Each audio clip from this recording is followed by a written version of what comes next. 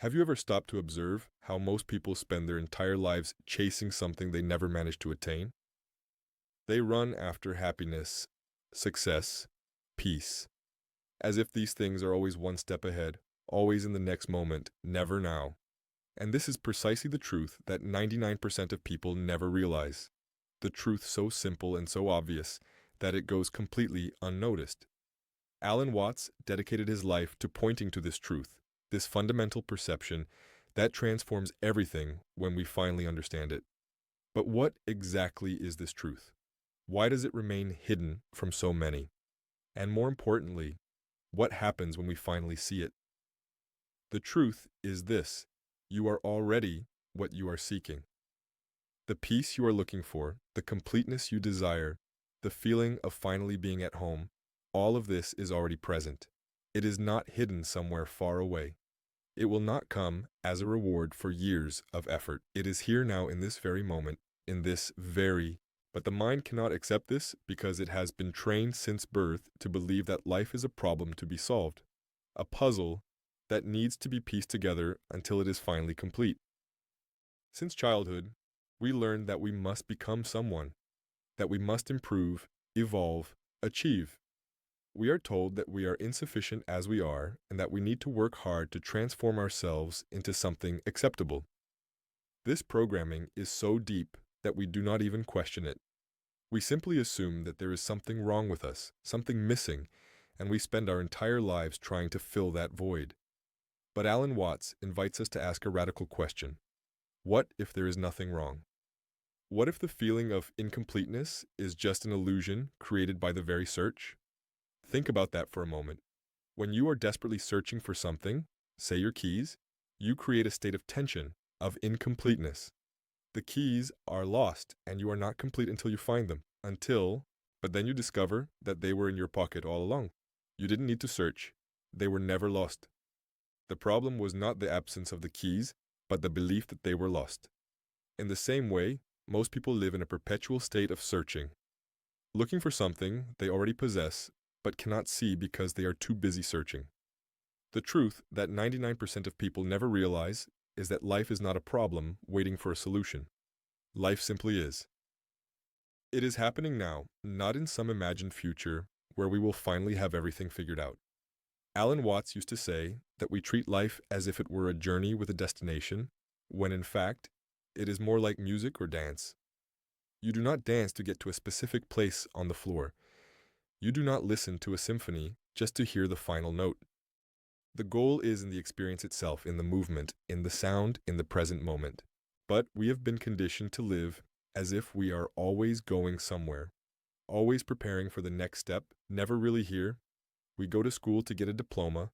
We get the diploma to get a job. We get the job to make money. We make money to secure the future. And then supposedly in the future we will finally live. But when that future arrives, we find that we are already planning the next one. The promise of fulfillment keeps receding, always ahead, always out of reach. This is the trap that Alan Watts identified so clearly. We postpone life. We tell ourselves that we will be happy when we get that promotion, when we find the right partner, when we have enough money, when the kids grow up, when we retire. Always when, never now. And so we spend decades waiting for life to begin, not realizing that it is already happening. Every breath, every heartbeat, every moment of awareness is life itself manifesting. But we do not see this because we are trained to look ahead, to the goal, to the final outcome. And in doing so, we completely lose the present, which is the only place where life truly exists. Can you see the irony in this? We spend all our energy trying to get somewhere, but we are already here. We seek peace, but the search itself is the disturbance. We seek happiness, but the pursuit creates unhappiness.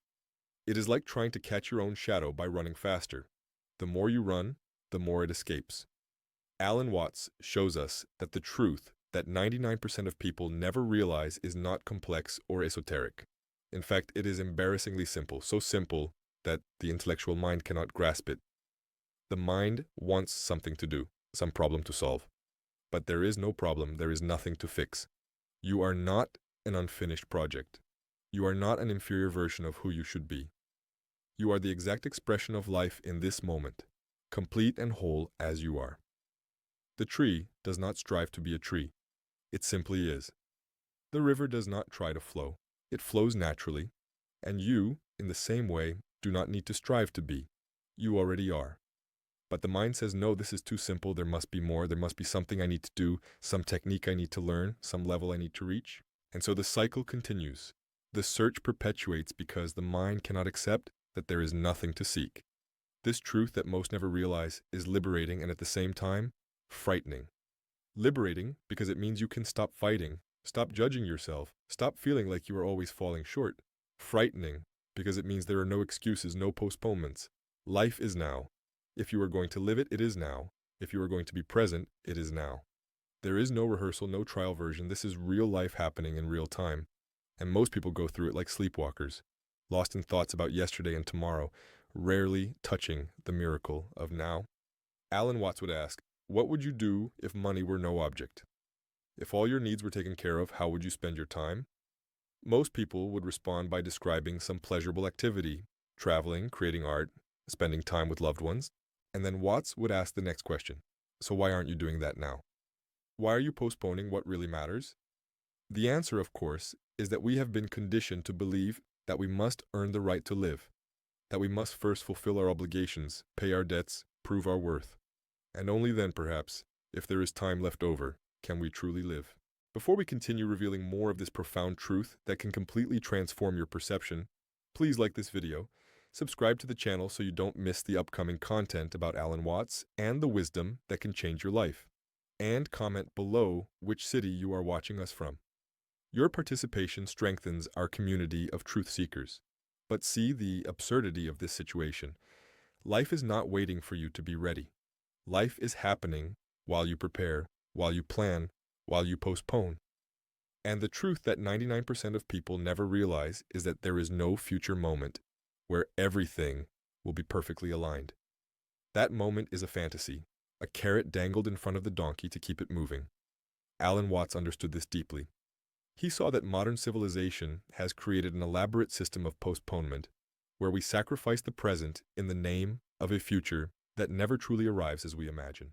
We work jobs we do not love to buy things we do not need, to impress people we do not know, living for weekends and vacations, small breaks where we supposedly will really live. But even in those breaks, we carry with us the same restless mind, always planning, always worrying, unable to simply be present. A person goes to the beach and spends time taking pictures to show they were there instead of actually being there. They go to a restaurant and document the food instead of savoring it.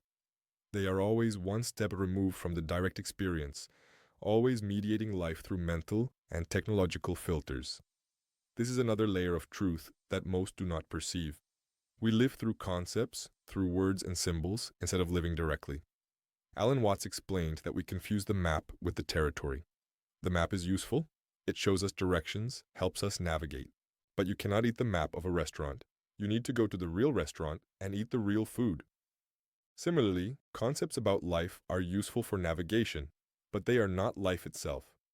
However, most people spend so much time at the conceptual level that they completely forget the real territory. They think about life, discuss life, read about life, but rarely dive into the direct experience, an immediate experience of being alive. Ask someone what they feel at this moment, and they will likely start to explain, to conceptualize, to put it into words. But the real feeling, the pure sensation prior to words, is rarely accessed. We live in our heads, in a world of thoughts about the world, rarely touching the world itself. Alan Watts invites us to realize that thought, while valuable, is just a small part of the human experience. There is a level of awareness prior to thought, a pure presence that simply witnesses without judging, without categorizing, without trying to control. And it is at this level that the truth that 99% of people never perceive can finally be seen. Not through more thought, not through more analysis, but through a relaxation of the incessant mental activity. When the mind quiets, even if just for a brief moment, something extraordinary happens. You realize that there is something observing the thoughts. There is an awareness that is aware of the thoughts, but is not the thoughts. And this awareness is always present, always peaceful, always whole. It needs nothing because it already is everything. This awareness is who you really are. not the endless stream of thoughts that you usually identify as you. But we have been so hypnotized by the thinking mind that we completely forget this deeper dimension. The truth that most people never realize is that you are not your thoughts. You are not your emotions. You are not your personal history, your achievements, or your failures. All of these are events happening within something much greater, within this pure awareness that Alan Watts sometimes referred to as the true self, or the deeper self. And this true self was never born and will never die.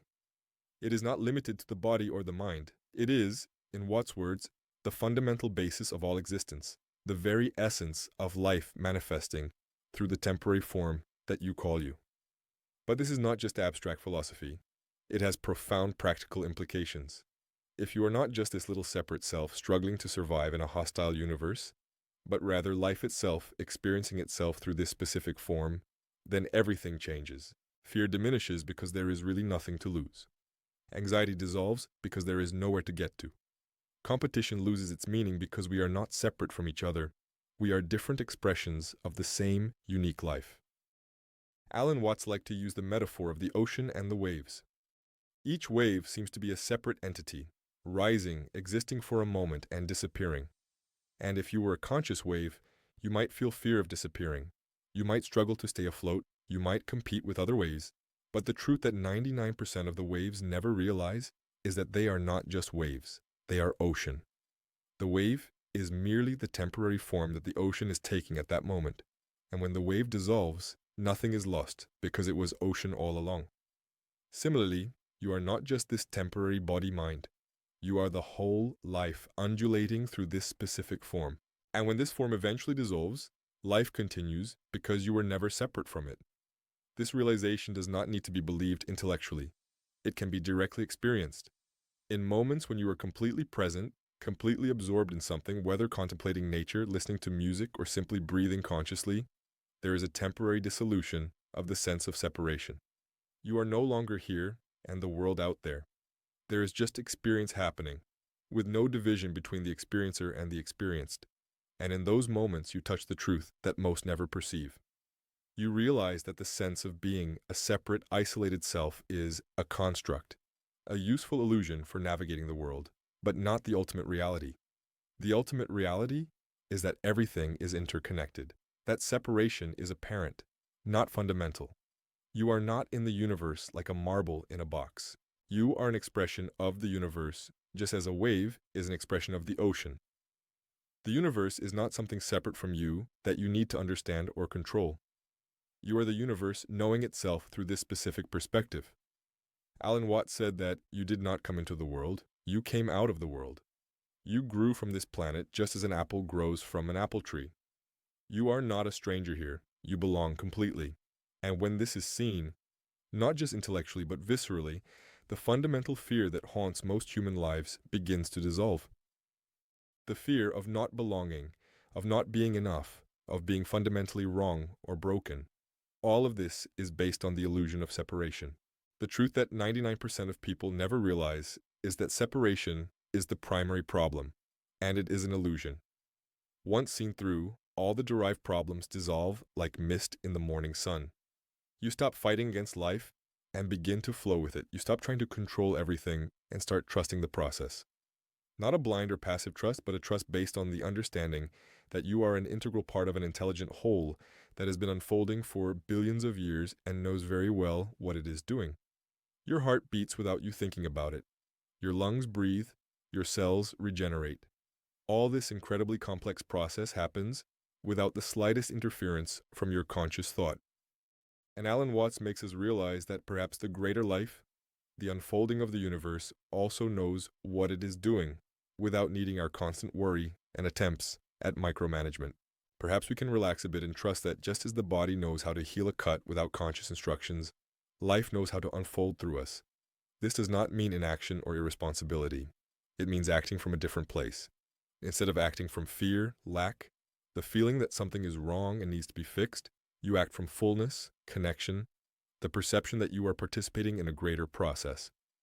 And interestingly, this shift in perspective often results in more effective and creative actions because you are no longer paralyzed by fear or distorted by neurotic need. The truth that 99% of people never realize transforms not only how you feel, but how you act in the world. You stop living defensively, trying to protect an imaginary self, and start living expressively, allowing life to flow through you with less blockage and resistance. Alan Watts observed that small children live this way naturally. They are completely present, completely absorbed in whatever they are doing. They are not worried about yesterday or tomorrow. They simply are. And there is a quality of spontaneous joy in that, a lightness, an absence of psychological weight. But then the child grows up and is socialized. They learn to worry about the future, to regret the past, to compare themselves to others, to feel that they are not enough. All this psychological baggage accumulates, and the natural lightness of childhood is lost. And most people spend the rest of their lives carrying this weight, not realizing that it is optional. You do not need to carry the entire story of your life with you in every moment. You do not need to define yourself by your past failures or your past achievements. All of this is memory, thought. In this moment, before you think about who you are you really? There is simply awareness, presence, life happening, and this life carries no labels or stories. It simply is, fresh and new in every moment. The truth that 99% of people never realize is that you can, at any moment, let go of the story and return to the simple presence. It does not require years of practice or special circumstances. It requires only a recognition, a moment of seeing through the illusion. Alan Watts often spoke about the difference between living spontaneously and living calculatedly. The calculating mind is always weighing options, trying to predict outcomes, making choices based on fear or future gain. And there is a place for that in practical matters. But when you live entirely this way, you disconnect from the deeper wisdom that exists beyond calculating thought. There is an intelligence in the body, in intuition, in direct perception, that does not go through the mental process. And often this intelligence is more reliable than the endless calculations of the mind. But we have been taught to distrust anything that is not rational, that is not thought out. And so we cut ourselves off from this source of wisdom and live only on the shallow surface of conscious thought. The truth that most never realize is that there are layers and layers of intelligence operating within you that go far beyond thought, of surface. Your body is a miracle of intelligence. Your immune system knows how to fight millions of different pathogens without you thinking about it. Your eyes know how to focus, your pupils know how to adjust to light, your balance knows how to keep you standing. All of this is intelligence operating without conscious thought. And Alan Watts invites us to consider that perhaps the greater life, the entire existence, operates with the same kind of spontaneous intelligence. Perhaps we don't need to think and plan every detail compulsively.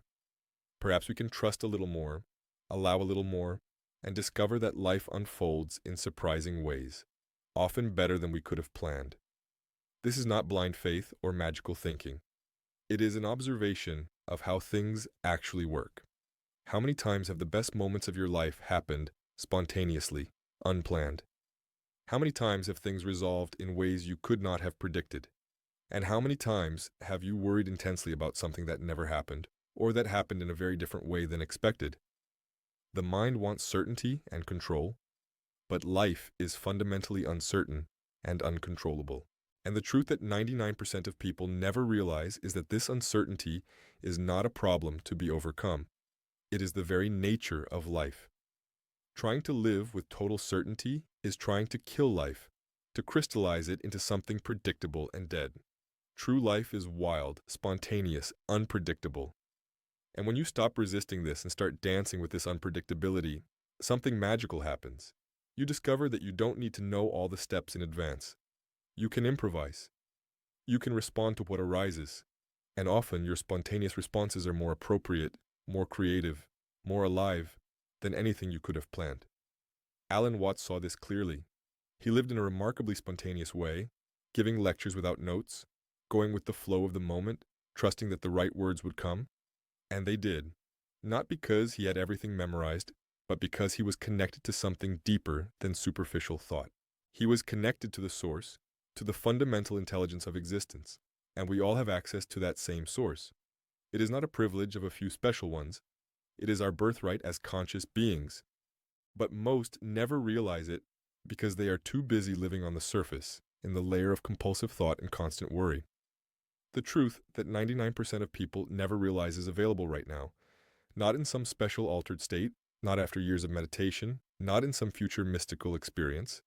Now, in this moment, you are alive, you are conscious, and if you stop for just a moment and realize that you are perceiving, you will touch something that is always present but rarely noticed.